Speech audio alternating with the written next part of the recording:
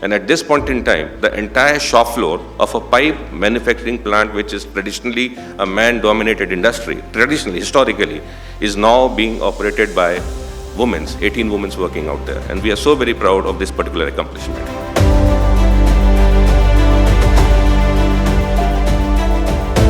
Now invite on stage the Managing Director and CEO for Welspun Corporation Limited. Could we have a huge round of applause as I invite Mr. Vipul Mathur. A very good morning to all of you. And I must sincerely appreciate IDF for organizing something like this and creating a platform bringing all the accomplished leaders from all over the industry to address this critical issue.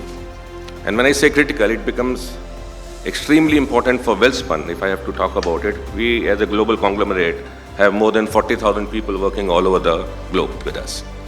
And when you talk of 40,000 people, and we all realize that how scarce the talent is today, you have no other choice but to look at various other avenues where women workforce and multiple ethnicity, multiple religion, multiple countries, people have to come and work with you.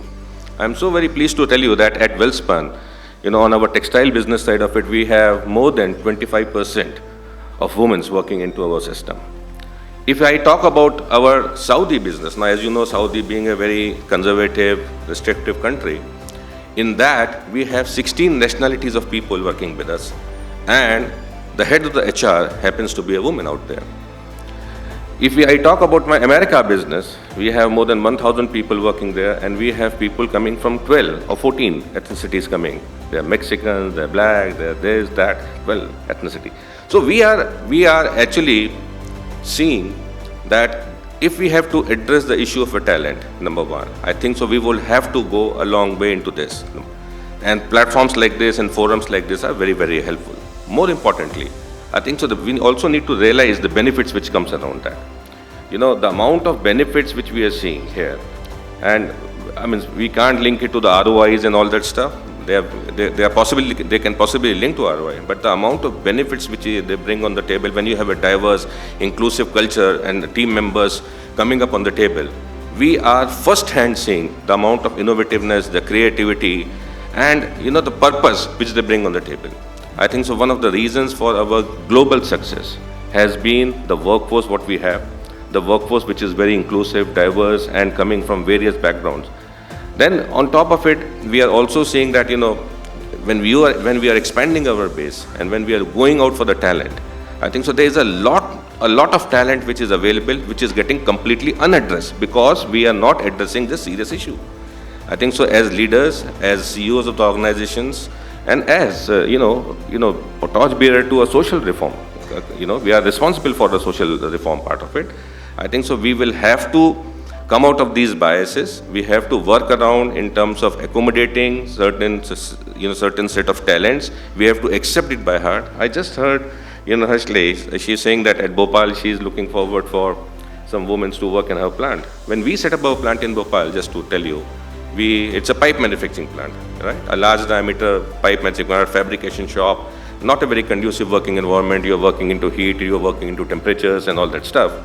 And the first 50 people to join, out of that 18 were women. And at this point in time, the entire shop floor of a pipe manufacturing plant, which is traditionally a man-dominated industry, traditionally, historically, is now being operated by women, 18 women working out there. And we are so very proud of this particular accomplishment.